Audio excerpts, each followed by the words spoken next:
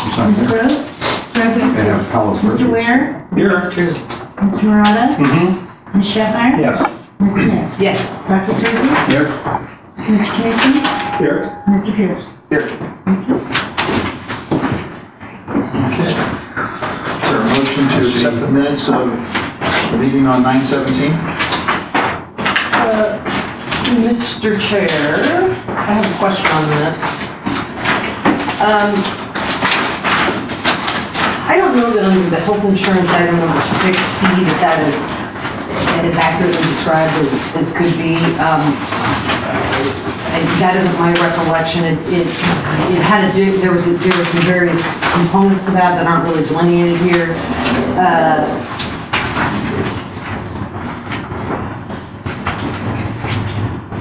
I just... What should it read? Well, I hadn't given thought to that. Did we have a dollar amount? The action, the part that's being reported out in terms of action is accurate, but I don't believe that we need to recommend it to the Board of Supervisors. It says, Smith, seconded by Murata, to stay with the original calculation and recommend to the Board of Supervisors the premium be increased to $5.95. That's already occurred. I thought she said 6B. 6C. C. So I don't believe that that's what we did. I think maybe Janine can clarify. I know you weren't here, but that action's already been completed by the Board of Supervisors. Instead of recommended, maybe it should say the previous recommendation of the board. But I had a specific request from Linda that we do that, Linda Clauser. Yeah, you're supposed to recommend to the board, and that's what you did. So what? But we've already done that. Back through. This is Yeah, but these are $1 minutes. amount, Kenda. Well, the Board of Supervisors already, We didn't cover, I don't think they covered the $595.44 going to dependents, because at that previous meeting, we had the discussion about, the 100. well, no, about, yes, offsetting, netting the cost and then having the dependents pay the net cost. That the presentation that I made last week was one that was made at that meeting, and the board voted against that. So I notified Linda that the decision of this board was to recommend that they stay at the $595.44. And I did have a specific request from her to deal with, to come back with a recommendation. But really, the gist of this discussion was about dependent coverage and how those fees would, or share of costs would be attributed. And so we were never considering that the real cost per individual would be allocated at $547, I don't think. I think we were, I don't know, I just sort of remember it a little differently. And really, Tim, the issue you were bringing up was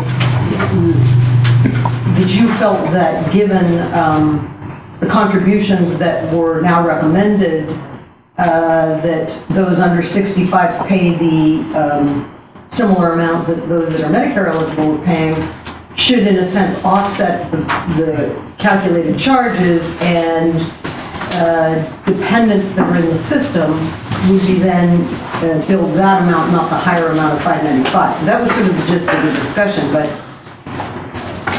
I don't think we ever would have recommended 547 as a calculation overall. Well, it was discussed at the meeting, and I think that's why Linda wanted clarification on it. But so when Linda contacted you, I think in the future it's important if Linda Clauser contacts you and wants something of this significance discussed, that she needs to put it in writing so a document comes to this body saying, you know, I have the following questions. I don't think she should do it on an informal basis. It's far too important to be I think, handled in that manner. So I think that we need to make sure that those things come in writing. And what was Ms. Clauser exactly asking? Was she asking, wasn't she just addressing the issue of the dependent coverage? Wasn't that what she wanted clarification? But see, the way this reads, it doesn't really address that. Because the dependent coverage, if she contacted you and asked about that, I think, number one, that needs to be in writing. And number two... There was an email, and the whole gist of the report that I gave to the board last week dealt with dependent coverage only. Or not last week, last month. So this also should say, to clear this up and to move on, is it should be somewhere in here that should reflect dependent coverage, dependent coverage For individual. at 547, and then on recommend instead of recommendation, because we're talking about the previous recommendation to the Board of Supervisors. Yeah, that If we we had add a those two things in there, I think it clears it up. Yeah, that we had a discussion with respect to a question on what dependent coverage would be and what fees would be assessed for that, and the board voted to support the consultant's recommendation that the premium be da-da-da-da, whatever. As this is